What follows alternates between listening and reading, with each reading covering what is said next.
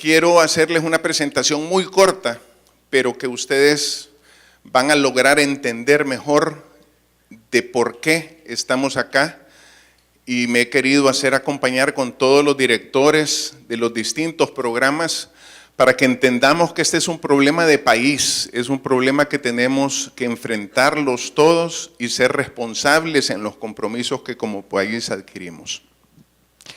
Quiero presentarles qué significa la situación del país en cuanto a su infraestructura, por un lado, pero qué significa como oportunidad los asocios públicos privados para poder llenar ese gran vacío que tenemos como país. Quiero darles un contexto de qué estamos viviendo actualmente en El Salvador, qué significan los asocios públicos privados, y quiero compartir con ustedes al final de un comunicado una reflexión. Ustedes sabían, me imagino que muchos de ustedes por estar en los medios de comunicación lo saben, pero muchos de los televidentes y muchos de los que leen nuestros medios, columnas de opinión, etcétera, no conocen seguramente estos datos, y los quiero compartir con ustedes porque quiero llamar la atención de cuál es la realidad que vivimos en El Salvador. Primero, por cada 1000 habitantes hay una cama disponible en el sistema de salud, según fuentes del Banco Mundial. 64% de las aulas de las escuelas públicas están en mal estado.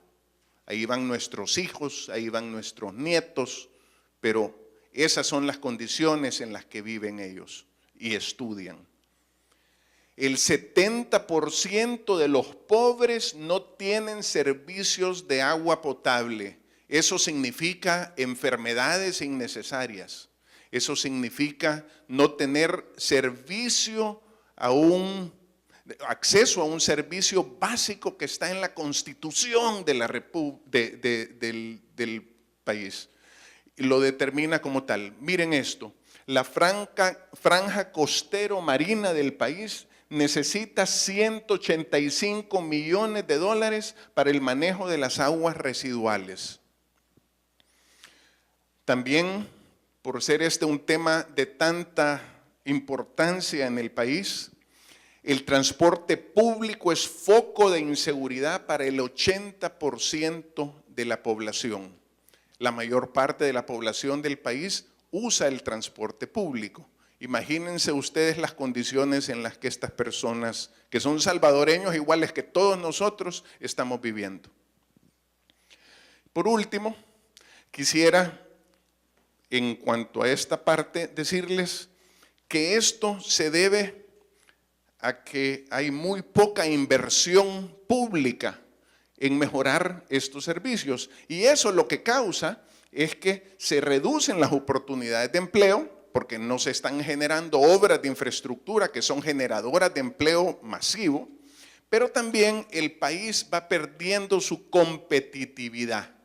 Nos vamos quedando rezagados, nos vamos quedando atrás en relación a cómo está creciendo, inclusive la región centroamericana. Es así como es necesario que la infraestructura sea adecuada. ¿Y por qué es tan importante esto? Primero, porque contribuye de una manera importante a cambiar esa realidad que les acabo de contar en esas 5 o 6 láminas. ¿Por qué razón? Primero, porque esa inversión en infraestructura mejora las condiciones de vida de todos los salvadoreños. La infraestructura no tiene color político alguno, no es representada por ningún partido político. Lo que la infraestructura está y debe de estar al servicio de todos los salvadoreños para mejorar sus condiciones de vida. Y además, ¿por qué? Y esto es sumamente importante porque de cara al futuro es que sienta las bases para una prosperidad duradera. Prosperidad duradera lo que significa es que ese bienestar que genera la infraestructura lo hace a través del tiempo. ¿Qué ha pasado con la infraestructura en el país? Hoy que hemos conocido un poco algunos elementos importantes de la realidad nacional, pues hay dos cosas que quiero compartir con ustedes. Primero, que en 11 años hemos caído 33 posiciones en el índice de infraestructura de competitividad. Nos estamos quedando rezagados inclusive a nivel de la región centroamericana.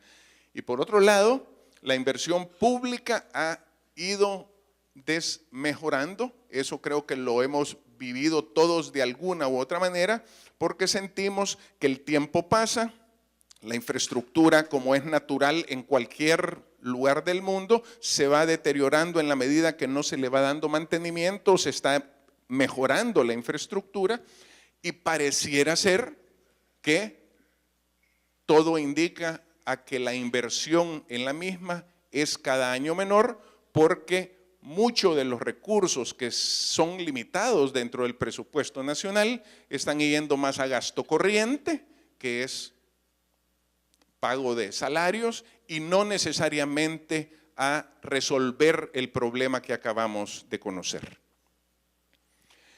Ahora bien, quiero pasar al tema de los asocios públicos privados, porque eso me lleva a tocar el tema para lo cual los hemos pedido su presencia y le agradecemos muchísimo. Las APPs, los asocios públicos privados, no es nada nuevo, no es nada que nos hayan dicho, miren, probemos en El Salvador a ver cómo funcionan los asocios, descubramos de qué se trata. Quiero hacerles una lámina nada más. Decirles que en 1999, estamos hablando hace menos de 20 años, habían 6, 7, 8 países en el mundo que aplicaban esto. Menos de 20 años después, lo que tenemos es que todo el mundo está aplicando los asocios públicos privados como un mecanismo de compensar la debilidad que tienen los gobiernos normalmente por falta de recursos de poder hacer este tipo de inversiones. Entonces, ¿qué hay detrás de todo ese mundo, todo ese universo de países en el mundo que están aplicando los asocios públicos privados? Y es ¿por qué lo han hecho? Porque han logrado demostrar que efectivamente los asocios públicos privados están dirigidos a mejorar la calidad de vida de las personas, benefician a las personas. Y hoy ya me paso al tema local, al tema de El Salvador. Quiero contarles, esta es información que ha salido de Fomilenio, yo estoy hablando en nombre de FUSADES, por supuesto, pero quiero contarles que hay una idea dentro de Fomilenio, de darle a los primeros 140 kilómetros de las principales carreteras del país condiciones para que éstas sean más seguras, por el tema no solo de los que transitan ahí, sino que por el tema de inseguridad que hay en el país.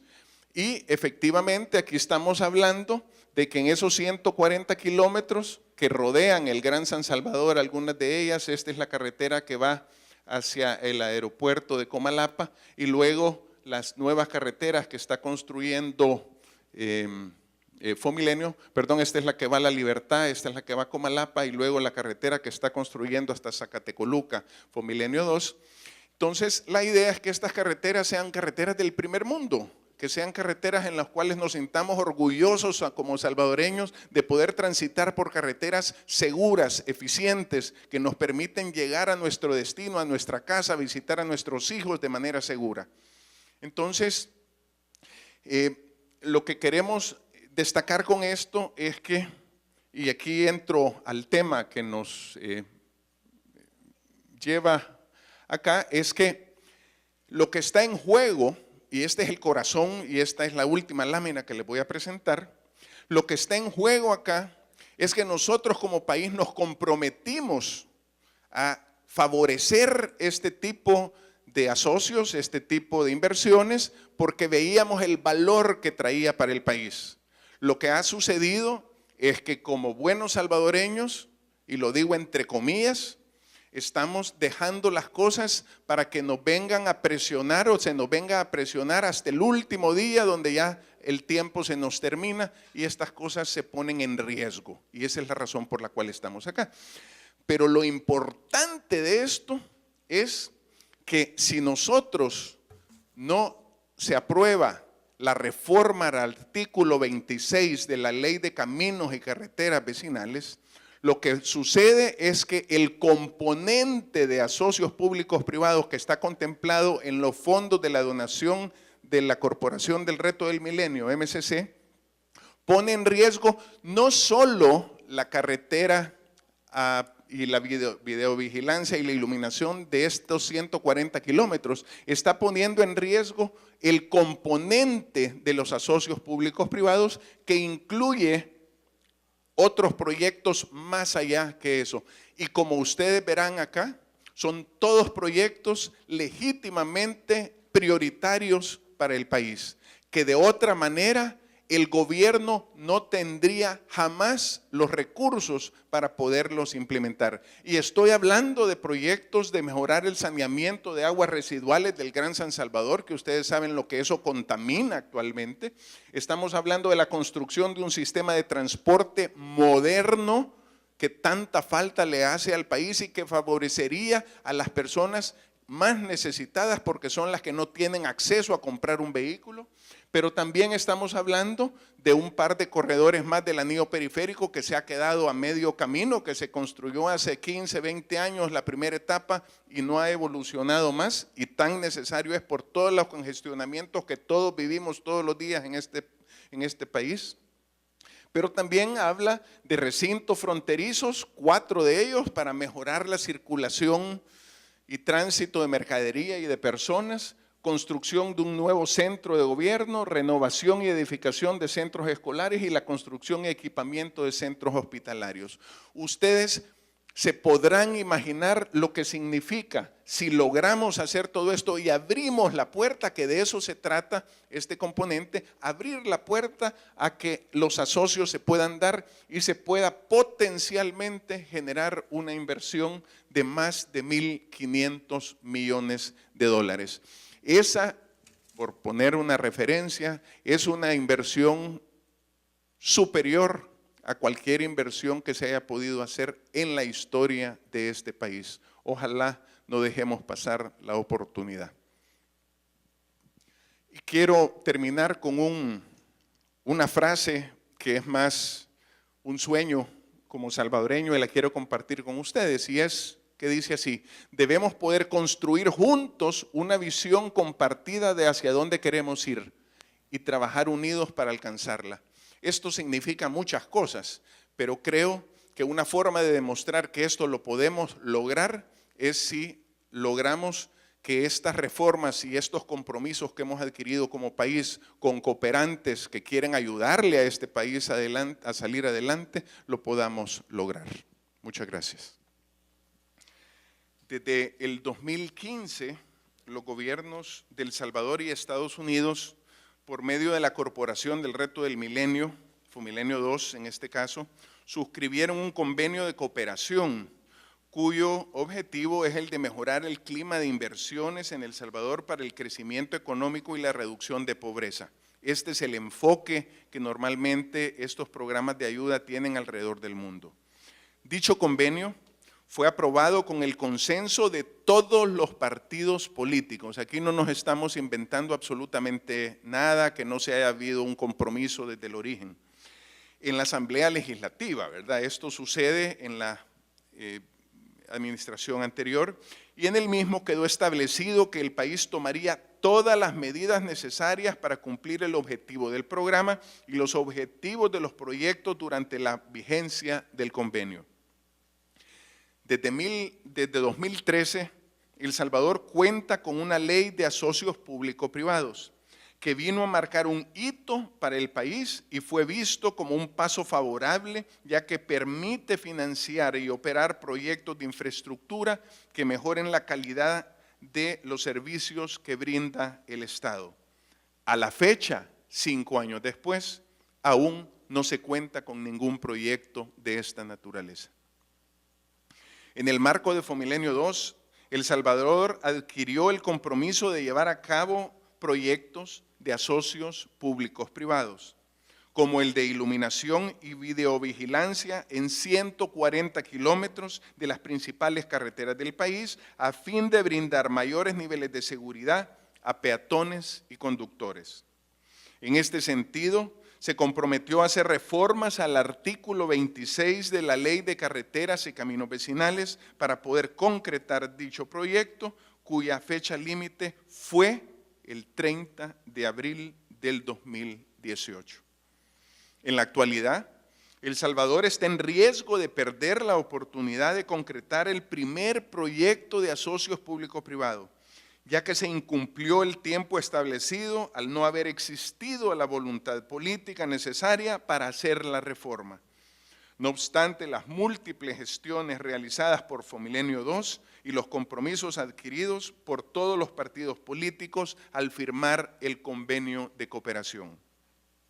Es urgente que la Asamblea Legislativa apruebe la reforma del artículo 26 de esta ley a fin de asumir los compromisos de crear las condiciones normativas adecuadas para el desarrollo del proyecto de los asocios públicos-privados en el tema de la iluminación y videovigilancia de estas carreteras, donde circulan más de 95,000 vehículos a diario. Y así, con esto, lograr que se reduzcan los riesgos de accidentes de tránsito y brindando mejores condiciones de seguridad que tanto necesita este país.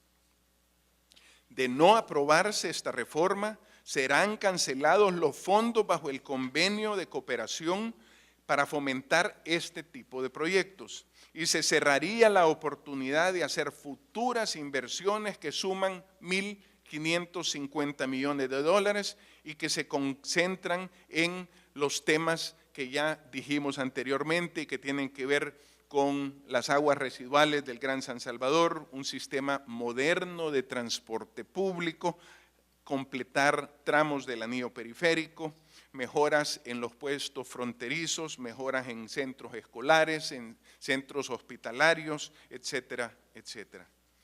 Estas inversiones representan, y pongámosle rostro humano, representan empleo, representan oportunidades de las personas de poder trabajar y con el esfuerzo individual llevar el sustento, el pan de cada día a sus familias.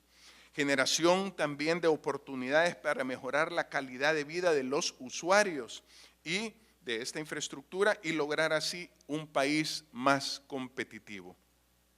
Ideales que esta fundación ha impulsado desde su creación. Adicionalmente, se estaría perdiendo la confianza en el país frente a cooperantes y la comunidad internacional ante futuras oportunidades de cooperación que puedan existir. Muchas gracias. Bueno, en efecto, la reforma que se ha planteado es al artículo 26 de la Ley de Carreteras y Caminos Vecinales. Esta es una ley que data de 1969 y en el artículo 26 se está recomendando incluir como parte de la reforma un nuevo inciso. Tal vez para comentar un poco qué es lo que contiene actualmente el artículo 26 en el único inciso que tiene, es justamente una prohibición porque señala que no se permite la instalación de anuncios o rótulos dentro del derecho de vía. Luego da algunas más especificaciones, pero básicamente lo que contiene actualmente es una prohibición general de que no puede haber publicidad en el derecho de vía. Entonces, en el inciso que se añade y que fue presentado desde octubre del año pasado a la Asamblea Legislativa, se incorpora un inciso en el cual establece una excepción y dice que esa prohibición no será aplicable a aquellos proyectos que impliquen la explotación del derecho de vía, en cuyo caso la regulación se va a regir por lo que establezcan las bases de licitación, el contrato correspondiente y el decreto mediante el cual se aprueba la concesión respectiva. Eso es lo que está incluyendo la reforma que se ha presentado a la Asamblea Legislativa y que nosotros estamos llamando para que de forma urgente la Comisión de Obras Públicas apruebe ese dictamen y se pueda aprobar la reforma a la ley que hemos expresado, la ley de carreteras y caminos vecinales. Ese es el planteamiento que se está señalando, lo cual es necesario llevar a cabo esa reforma para que se cumpla el compromiso que se adquirió y además para que opere este proyecto de asocios públicos-privados. Es importante puntualizar algunas cosas.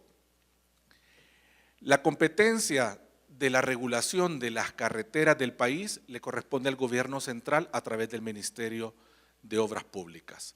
Lo que implica este proyecto de APP que presentó el licenciado Quirós es un proyecto que va a estar en justamente carreteras que corresponde regular su uso al gobierno central.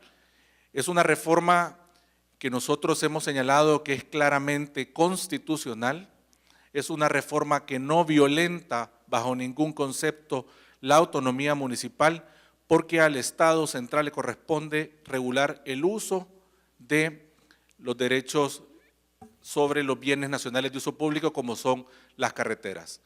En el caso de los municipios, a ellos les corresponde regular los bienes municipales y en ese caso serían las calles y caminos vecinales. Pero en este caso decir claramente que la reforma es totalmente constitucional, no hay ninguna situación de inconstitucionalidad ni violaciones a la autonomía de los municipios.